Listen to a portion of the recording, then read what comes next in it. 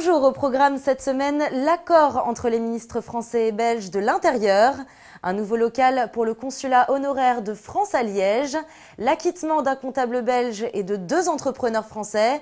Marion Cotillard va tourner en Belgique, un mot sur la semaine de la langue française et les événements à ne pas manquer si vous habitez en Belgique.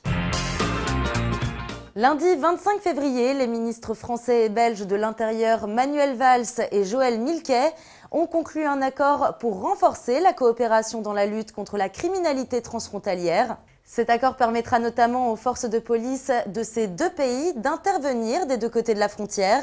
Cette collaboration autorisera également l'utilisation renforcée des caméras à reconnaissance automatique des plaques d'immatriculation des véhicules passant la frontière.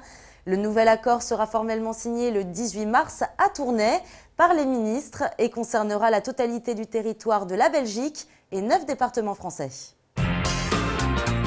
Le consulat honoraire de France à Liège dispose enfin d'un local pour ses activités.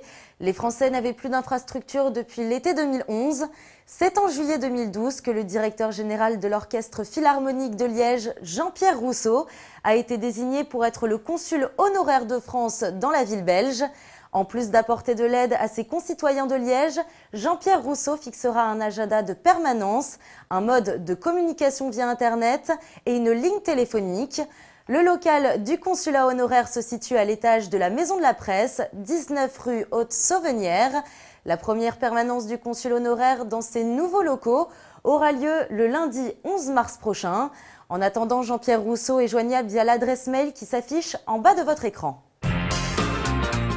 Mardi 26 février, le tribunal correctionnel de Tournai a acquitté un comptable mouscronois et 2 hommes d'affaires français soupçonnés d'avoir blanchi 322 300 € en Belgique. Le comptable belge avait proposé à 2 entrepreneurs français de créer une société en Belgique afin d'échapper au fisc français. Le système mis en place leur permettait également de payer des sous-traitants polonais et roumains en liquidité et à la semaine. Le tribunal correctionnel a estimé que cette infraction ne porte pas préjudice à la Belgique car aucun des chantiers concernés ne se trouvait sur le territoire belge et l'infraction d'utilisation d'une main-d'œuvre illégale n'était pas établie non plus.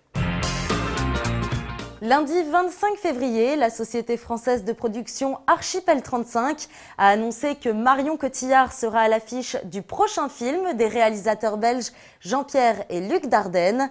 Le film aura pour nom 2 jours, 1 nuit et sera tourné cet été en Belgique.